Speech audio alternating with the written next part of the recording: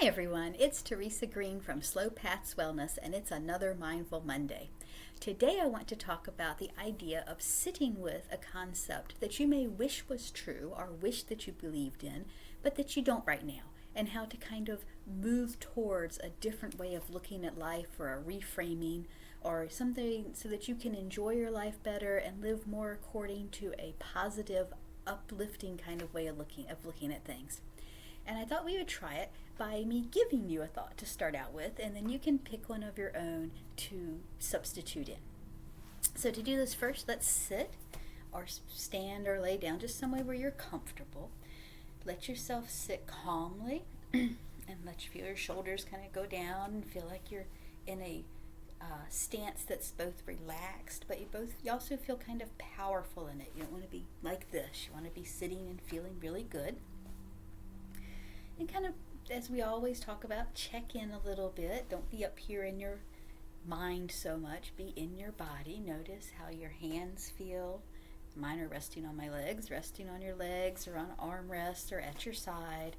Notice how it feels to have whatever it is that you're on, whether it's a table or bed or chair or just standing on the floor. Feel it supporting you, and feel the way that you can sink into that and trust that support. And just kind of do a quick run through check of your body. Notice how your head feels, notice how your shoulder feels, notice how your chest and upper back and torso and middle and lower back are feeling. And if they're feeling tense, just sort of picture maybe like a clenched fist that opens up into a nice relaxed hand, an open feeling, and let that kind of go through your body. And feel the same thing for your hips, going down your legs, all the way down to your feet. Just feel that, feel energy moving, feel a wave of relaxation or calm, and just allow yourself to relax and feel receptive to what's happening to you right now. And if something I say doesn't match with what you want to put into your mind, then think of your own thought. Think of your own belief. It can be something like doing the right thing is always the best thing to do, or whatever it is, something that upholds your sense of values that you may not always completely live up to. So the one I wanted to do, because it was a very big one for me and was extremely helpful to me, was the idea of sitting with the idea and the concept that life can actually be very pleasant and very easy and productive.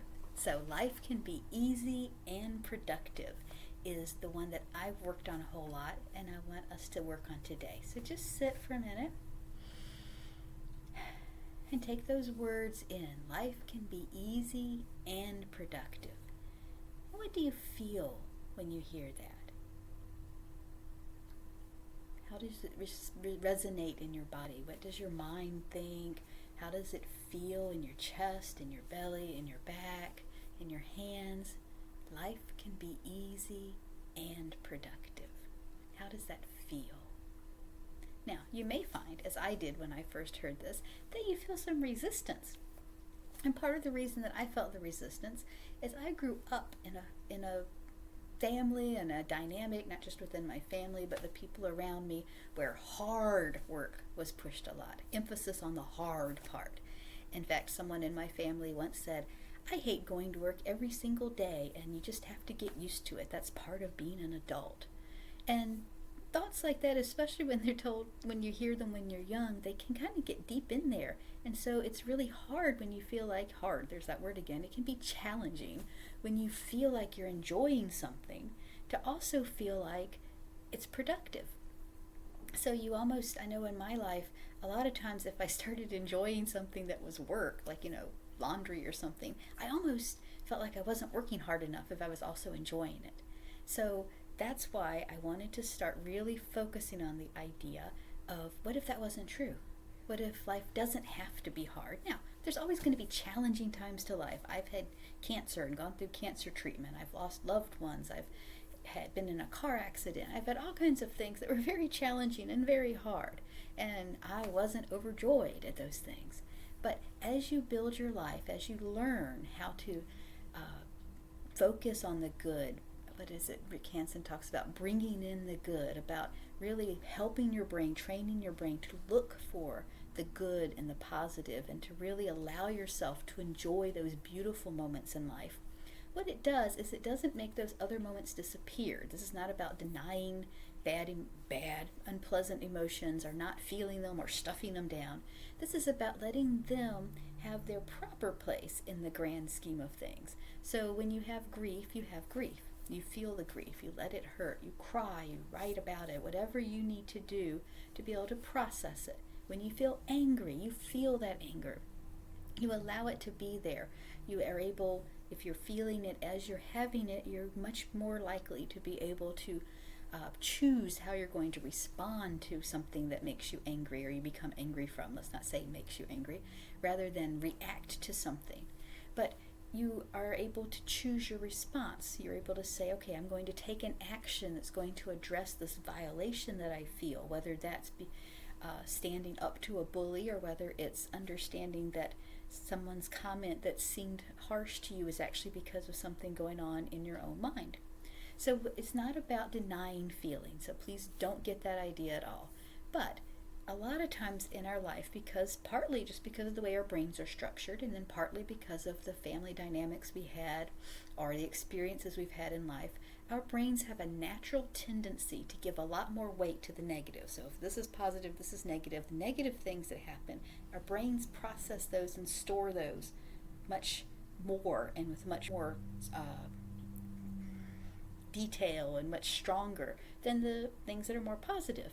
And that's a survival response. It's much more important to survive to remember that if you touch something hot, it burns, than to remember that if you touch a rose petal, it feels soft and nice. But you can train your brain, because a lot of times in all of the different ways that our modern life sets off our stress response system when it's not actually an emergency, it can make our brains just constantly see threats to the point that it's almost difficult to experience the positive parts. So you can train your brain to see things differently, to take that negative and positive and even it out some, so it's not all the weight goes to the negative. And so allowing yourself to think of life as being both easy and productive most of the time can be one of the ways that you can change your mindset, and it'll make it a different journey for you every day when you get up to do work. And I'll let you know, I've just been doing this, with this really being the focus, for a few months now. But I've noticed that when I have a chore, that's something that's not my favorite thing to do, I'm much more able now to look at it as a means to an end, as something that, washing the dishes may not be the best thing I've ever done and the most fun, but it's a means to being able to have good food and eat it in a peaceful environment. I can look out the window. I can watch the squirrels while I'm washing my dishes. I can do some mindfulness, feel the warm water, feel the suds, feel how one plate is really smooth all the way across and the other has ridges on it. And I can make it a positive part of my day. And then it magically becomes a whole lot easier. So sit with this, and like I said, if for some reason you're not ready to sit with this idea, pick another idea. I know one of the things Brene Brown talks about in one of her books is the idea that people are doing the best they can. And that's another one you can sit with, and sometimes your immediate response will be, how could they possibly be doing that if they're, annoying me or doing this really awful thing?